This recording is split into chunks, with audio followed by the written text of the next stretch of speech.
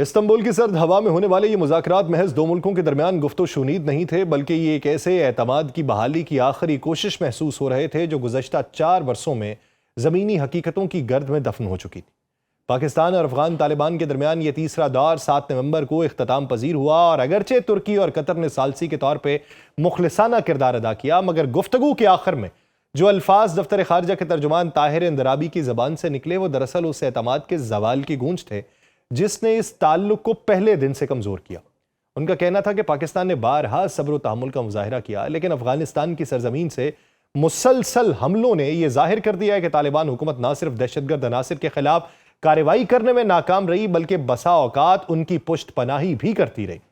یہ بیان سفارتی جملوں کے پردے میں لپٹی وہ سخت حقیقت بیان کرتا ہے جو دونوں ممالک کے درمیان بڑھتی ہوئی خلیج کو عیاں کرتی ہے۔ پاکستان کا موقف بالکل واضح ہے کہ پچھلے 4 سالوں میں افغان سرزمین سے ہونے والے حملوں میں نمایاں اضافہ ہوا، اور ہر بار پاکستان نے محض صبر کیا، جواب دینے سے گریز کیا، امید رکھی کہ شاید کابل اپنی ذمہ داریوں کا احساس کرے گا، مگر طالبان حکومت کے طرز عمل نے یہ امید بھی آہستہ آہستہ مایوسی میں بدل دی۔ دفتر خارجہ کے ترجمان کے مطابق افغان حکام نے دہشت گرد عناصر کو پناہ دینے کے ساتھ ساتھ ان کے نیٹ ورکس کو فعال رکھنے میں بھی نرمی دکھائی، جس سے دونوں ممالک کے درمیان کشیدگی نے نئی شکل اختیار کر لی۔ آپ سب پر سلامتی ہوں، میں یاسر رشید ہوں اور آپ دیکھ رہے ہیں سنو نیوز۔ ناظرین، پاکستان نے بارہا اپنے مذاکراتی موقف میں یہ نقطہ اٹھایا کہ مسئلہ انسانی ہمدردی یا سیاسی اختلاف کا نہیں ہے بلکہ قومی سلامتی کا مسئلہ۔ دہشت گردی کے خلاف کارروائی نہ کرنا، دہشت گردوں کی حوالگی سے گریز کرنا اور ان کے خلاف ٹھوس اقدامات نہ اٹھانا دراصل یہ اس یقین کو چیلنج کرتا ہے کہ کابل واقعی دہشت گردی کے خاتمے کے لیے سنجیدہ نہیں ہے۔ ترجمان دفتر خارجہ نے بتایا کہ پاکستان نے کئی بار دہشت گرد عناصر کی حوالگی کا مطالبہ کیا ہے، مگر طالبان حکومت نے اکثر یا تو خاموشی اختیار کی یا پھر غلط بیانی سے کام لیا۔ اسی طرز عمل نے مذاکرات کو عملی نتائج سے دور کر دیا۔ مذاکرات کے تیسرے دور میں افغان وفد کی جانب سے اصل مسائل سے ہٹ کے غیر متعلقہ موضوعات کو زیر بحث لانے کی کوشش کی گئی، جس سے گفتگو کے تسلسل میں رکھنا پڑا۔ پاکستانی وفد نے اسے ایک سفارتی چال کے طور پہ دیکھا ہے جس کا مقصد کیا ہے کہ دہشت گردی کے معاملے کو پسے پش ڈال کے وقت ضائع کرنا تھا، اور پاکستان کے نزدیک اب وہ وقت گزر چکا ہے جب محض بیانات اور وعدوں سے بات آگے بڑھتی تھی۔ اب عملی اقدامات درکار ہیں۔ یہی وجہ ہے کہ طاہر اندرابی نے اپنے بیان میں واضح الفاظ میں کہا ہے کہ پاکستان دہشت گردی کے خلاف قابل تصدیق اور قابل عمل اقدامات چاہتا ہے، کیونکہ اب مزید تاخیر کی کوئی گنجائش نہیں، اور پاکستان کے لیے یہ مسئلہ صرف سرحدی نہیں بلکہ داخلی سلامتی سے بھی جڑا ہوا ہے۔ خیبر پختونخوا، بلوچستان اور قبائلی اضلاع میں حالیہ مہینوں کے دوران دہشت گرد حملوں میں اضافہ ہوا ہے، جن کی منصوبہ بندی اور معاونت افغان سرزمین سے کی جاتی رہی ہے۔ پاکستانی اداروں کا یہ کہنا ہے کہ یہ گروہ نہ صرف افغانستان میں پناہ گزین ہیں بلکہ ان کے پاس اسلحہ، مالی وسائل اور تربیت کی مکمل سہولت موجود ہے۔ طالبان حکومت کی طرف سے بارہا یقین دہانیوں کے باوجود یہ سرگرمیاں ختم نہیں ہوئیں۔ یہی وہ پس منظر ہے جس میں استنبول مذاکرات ہوئے، اور یہی وہ پس منظر ہے جس نے پاکستان کے لہجے میں اب کی بار سختی پیدا کر دی ہے۔ ترکی اور قطر کی ثالثی کی کوششیں اپنی جگہ ہم، ان دونوں ممالک نے ایک متوازن فضا پیدا کرنے کی کوشش کی تاکہ گفتگو کسی نتیجے تک پہنچ سکے، مگر پاکستان کا موقف اس بار غیر معمولی طور پہ واضح اور دو ٹوک تھا۔ پاکستان کے نمائندوں نے کہا کہ اب وقت الفاظ کا نہیں اقدامات کا ہے۔ پاکستان چاہتا ہے کہ افغان سرزمین سے دہشت گردی کے نیٹ ورکس کو ختم کیا جائے، ان کے رہنماؤں کو گرفتار کیا جائے، اور پاکستان کے جو مطلوب افراد ہیں ان کی حوالگی کے لیے باضابطہ طریقہ کار اپنایا جائے۔ دوسری طرف افغان فریق نے روایتی موقف اپنایا۔ ان کا کہنا تھا کہ افغانستان کسی دہشت گرد گروہ کو پناہ نہیں دیتا، اور اگر کوئی گروہ موجود ہے تو وہ طالبان حکومت کے کنٹرول سے باہر ہے۔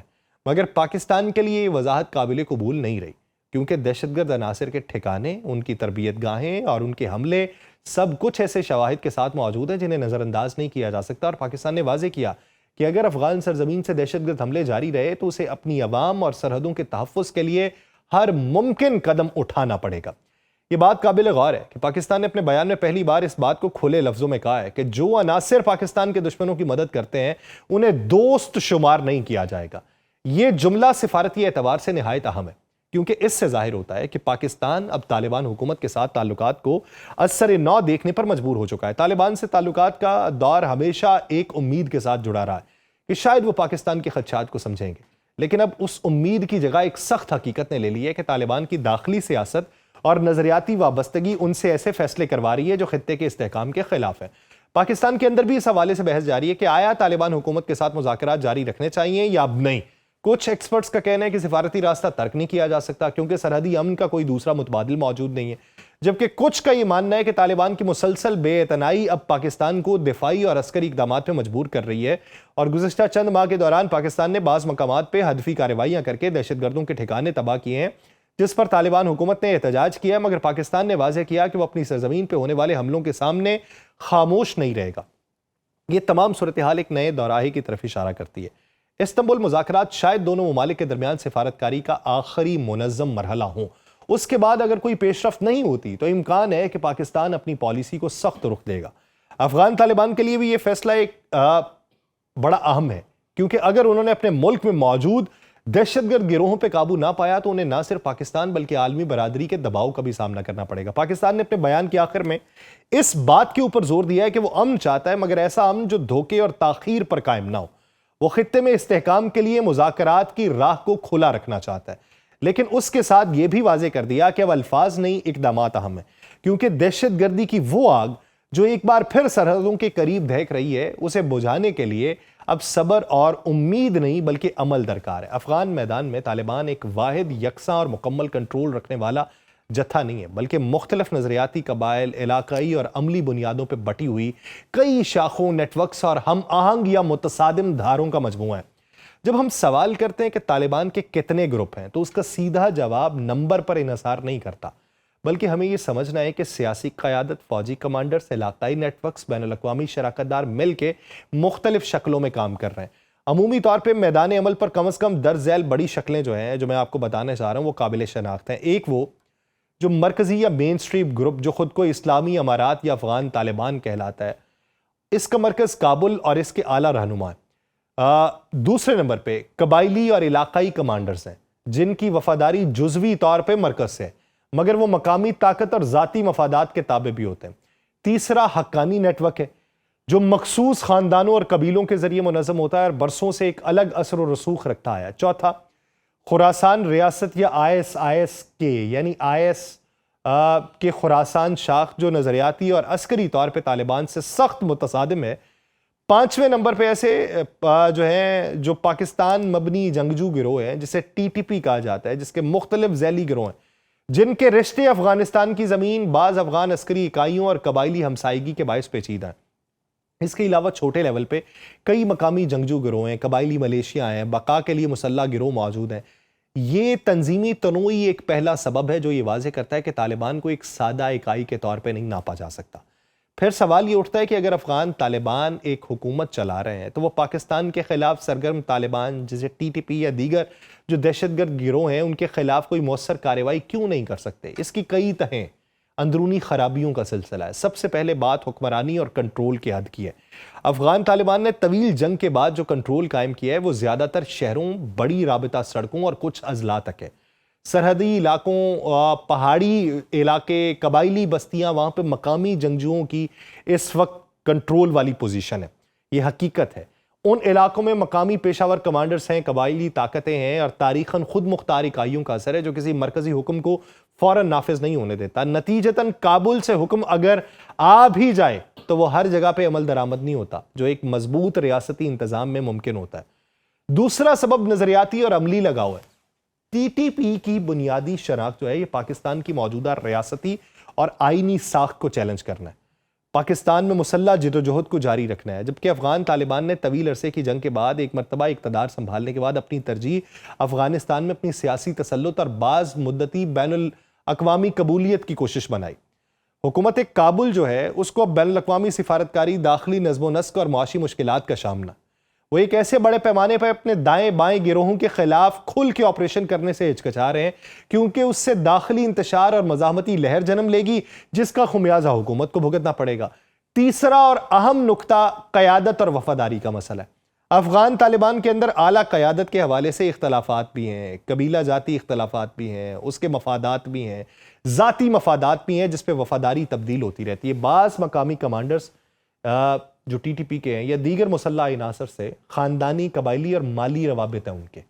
بعض نے پچھلے دور میں خود مبینہ طور پہ پاکستان میں آپریشنز کے لیے سہولت فراہم کی تھی۔ ایسے رابطے اچانک ختم نہیں ہوتے۔ اگر حکومت طالبانی انہی افراد کے خلاف سخت قدم اٹھائے تو اندرونی مخالفانہ رد عمل دیکھنا ملے گا۔ ممکنہ طور پہ ملک گیر شورش کا خطرہ پیدا ہو جائے گا۔ چوتھا پہلو علاقائی جغرافیہ اور سرحدی پیچیدگیاں ہیں۔ افغانستان اور پاکستان کی سرحد جو ڈیورنٹ لائن ہے، یہ ایک بین الاقوامی سرحد ہے، مگر قبائلی، لسانی اور خاندانی رشتے سرحد کے دونوں جانب ایک جیسے ہیں۔ ایک ہی قبیلے کے افراد، ایک ہی گھاٹی، ایک ہی قبائلی نیٹ ورک اکثر دو طرف پھیلا ہوتا ہے۔ اس سرحد کی جو فطرت ہے، یہیں سے دہشت گرد گروہوں کا استعمال ہوتا ہے جو کبھی کبھار سرحدی تحفظات کا فائدہ اٹھاتے ہیں۔ اس بات کو مشکل بناتا ہے کہ کابل یا اسلام آباد کسی بھی مشکل کو بآسانی عسکری یا انتظامی طور پہ ختم کرتے ہیں۔ پھر پہاڑی راستے، وادیاں اور گاؤں میں چھپنے کی مثالیں بہت ہیں۔ ان میں چھوٹے جنگی دستے حرکت کرتے ہیں، انہیں پکڑنا روایتی فوجی آپریشنز میں مشکل ہے، خاص طور پہ جب مقامی آبادی کا تعاون محدود ہو۔ پانچواں بین الاقوامی دباؤ ہے اور سیاسی محرکات ہیں۔ افغان طالبان کو اس وقت عالمی سطح پہ کسی قدر تسلیم یا کم از کم غیر رسمی تعلقات درکار ہے۔ اگر وہ اپنی سرزمین پہ پاکستان مخالف گروہوں کے خلاف واضح آپریشن کریں گے تو اس کا مطلب یہ بھی ہو سکتا ہے کہ مقامی حمایت کھو دیں یا اندرونی دھڑے انہیں ہیرو بنانے لگیں۔ اس کے علاوہ طالبان کی حکومت کو پاکستان، ایران، چین، روس اور خلیجی ریاستوں کے توازن کو بھی دیکھنا ہے۔ پاکستان کے ساتھ تعلقات میں کھلے تناؤ سے اقتصادی اور سفارتی قیمت بڑھ سکتی ہے۔ اس لیے بعض اوقات طالبان خاموشی اختیار کر کے سفارتی راستوں کو آزمانا زیادہ ترجیح دیتے ہیں، اس لیے وہ ٹائم بائنگ کر رہے ہیں۔ تو ٹائم بائی کر رہے ہیں جس کی وجہ سے اندرونی طور پہ وہ ان کے خلاف ہچکچا رہے ہیں کہ کریں کیا۔ لیکن ہمارا ٹھوس موقف ہے، مسلمہ موقف ہے کہ ہمیں جتنا نقصان پہنچ چکا اب ہم نقصان برداشت نہیں کریں۔ تو اس وجہ سے وہاں سے تو ناشکری ہی دیکھنے کو ملے گی اور جواب مثبت دیکھنے کو نہیں ملے گا۔ اب دیکھنا یہ کہ اس کا نتیجہ کیا نکلتا ہے اور اس پہ اقدامات کیا اٹھائے جاتے ہیں۔ مجھے دیجیے اجازت، اللہ نے کے بعد۔